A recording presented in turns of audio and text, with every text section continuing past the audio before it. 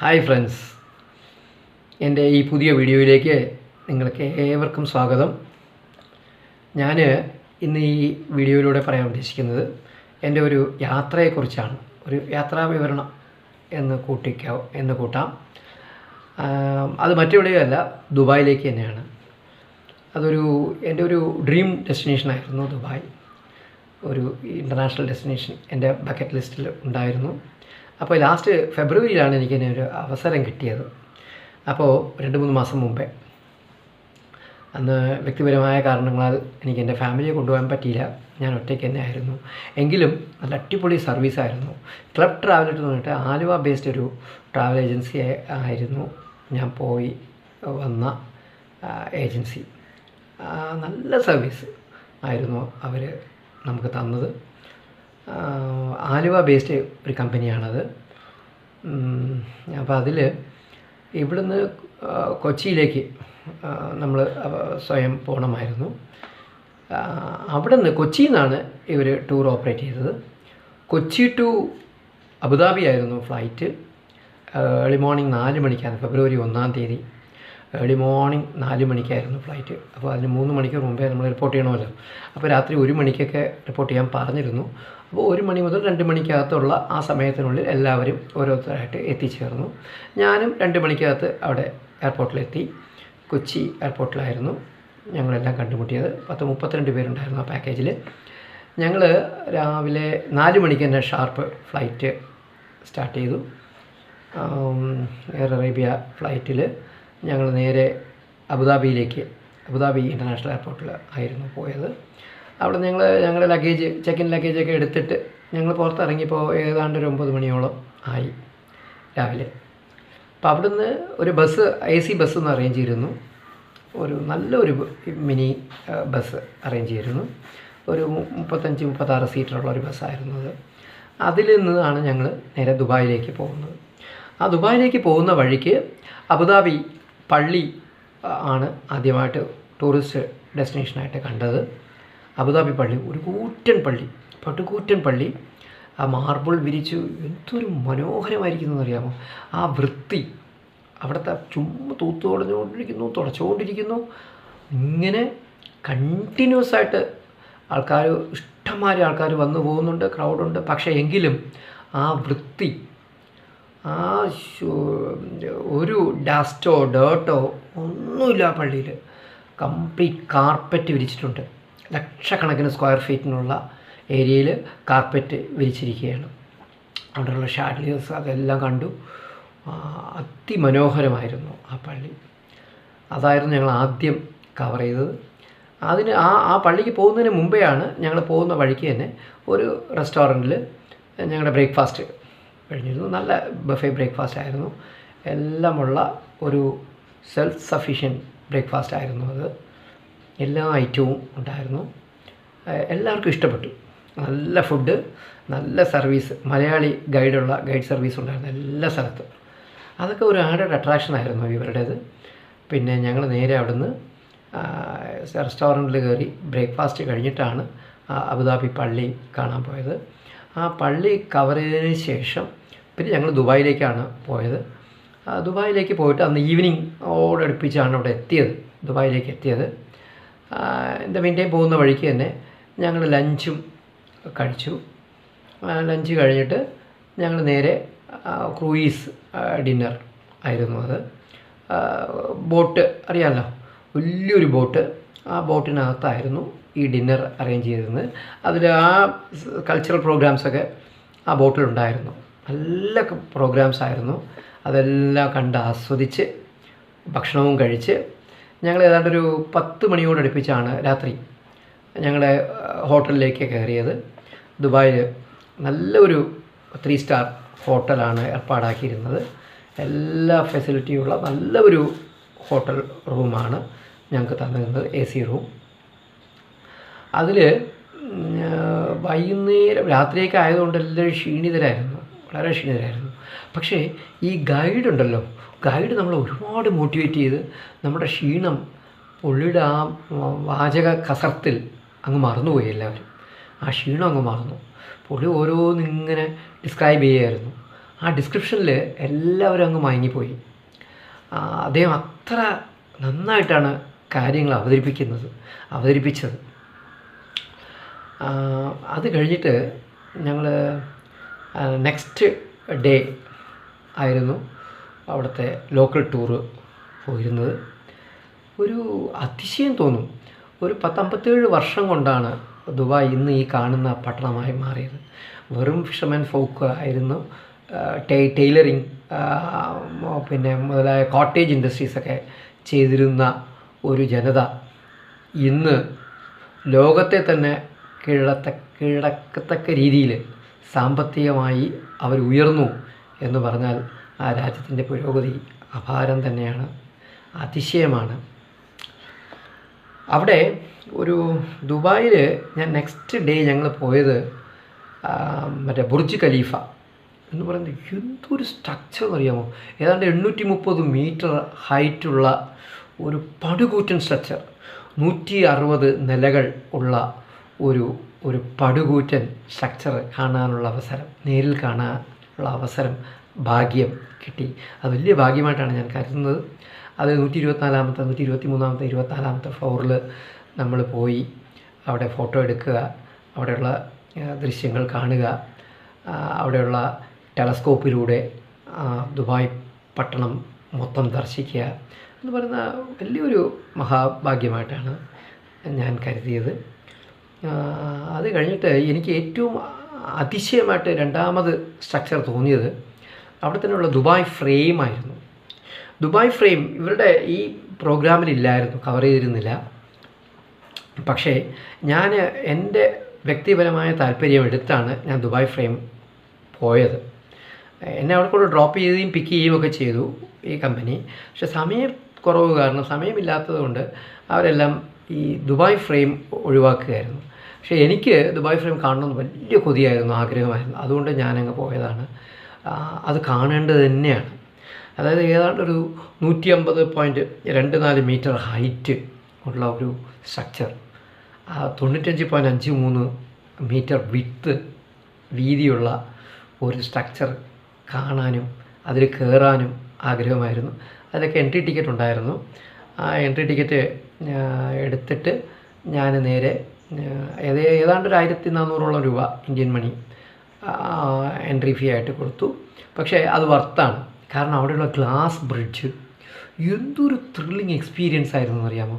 ആ ഗ്ലാസ് ബ്രിഡ്ജിലൂടെ നമ്മൾ താഴെ, അതായത് 150 മീറ്റർ താഴെ നിൽക്കുന്ന വാഹനങ്ങൾ, തീപ്പട്ടി പോലത്തെ വീടുകൾ, ഫ്ലാറ്റുകൾ, ഹോട്ടൽ ബിൽഡിങ്സ്, ഇതൊക്കെ അവിടെ നിന്ന് നോക്കുക എന്ന് പറഞ്ഞാൽ ഒരു അതിശയം തന്നെയാണ്. നമുക്ക് ഭയാനകമായിരിക്കും, പേടി തോന്നും. ആ ഗ്ലാസ് ബ്രിഡ്ജിലൂടെ നടക്കുക, ആ വാക്കിംഗ് ഒരു ത്രില്ലിങ് എക്സ്പീരിയൻസ് തന്നെയാണ്.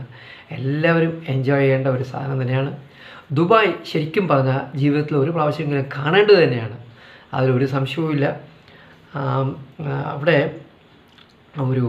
അവിടുത്തെ ruler Sheikh Mohammed bin Rashid Al Maktoum, അദ്ദേഹത്തിൻ്റെ ഏബിൾ ലീഡർഷിപ്പിലാണ് ദുബായ് ഇത്രയധികം പുരോഗമനം കൈവരിച്ചത്.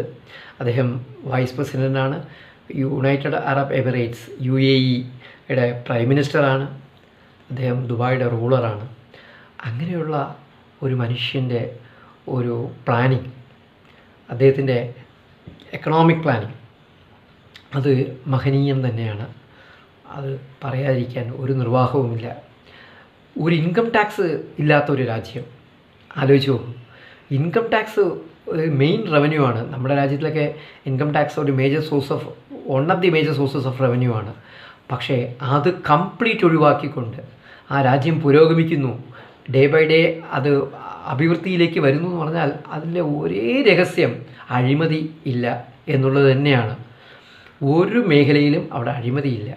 അഴിമതി വളരെ കുറവായിട്ടുള്ള ഒരു രാജ്യമായതുകൊണ്ടാണ് അവർ വച്ചടി വച്ച് ഇങ്ങനെ പുരോഗതിയിലേക്ക് നീങ്ങുന്നത്. അപ്പോൾ അവിടെ അടുത്ത ഒരു അതിശയമായിട്ട് എനിക്ക് തോന്നിയത്, അവിടെ ഒരു ഗാർഡൻ ഞാൻ കണ്ടിരുന്നു. അതായത് മിറാക്കിൾ ഗാർഡൻ എന്നാണ് അതിൻ്റെ പേര്.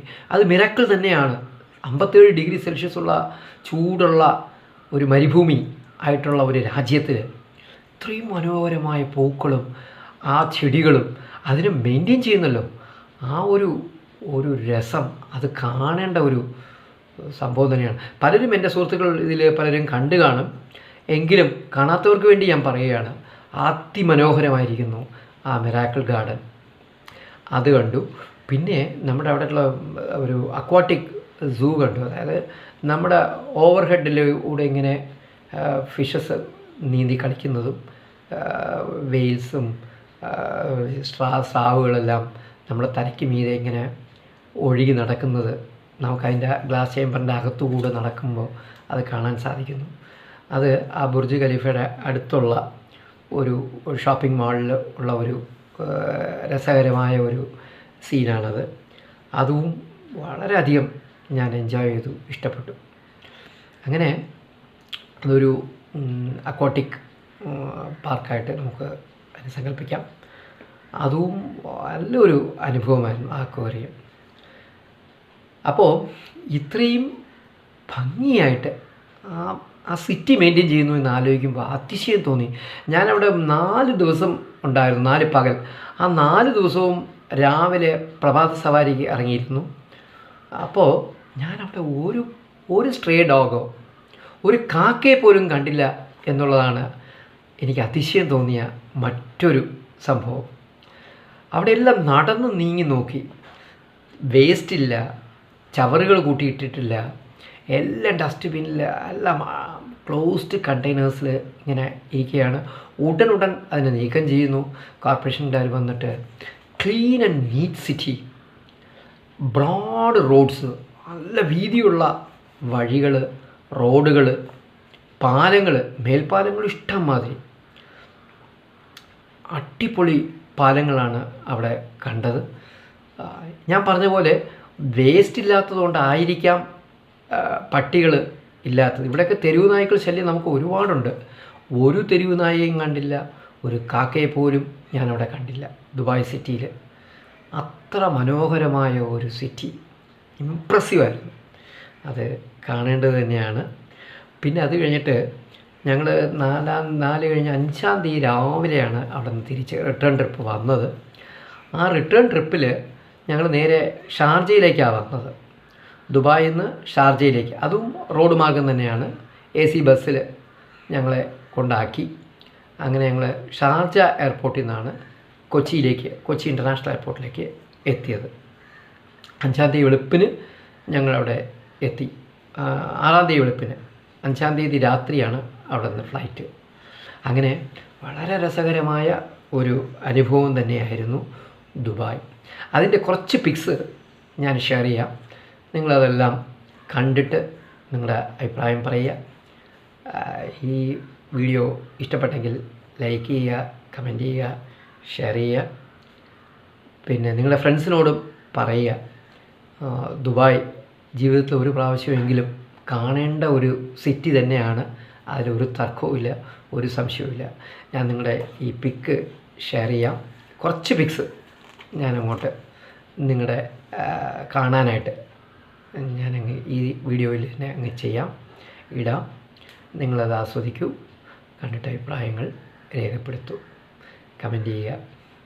Okay, thank you very much.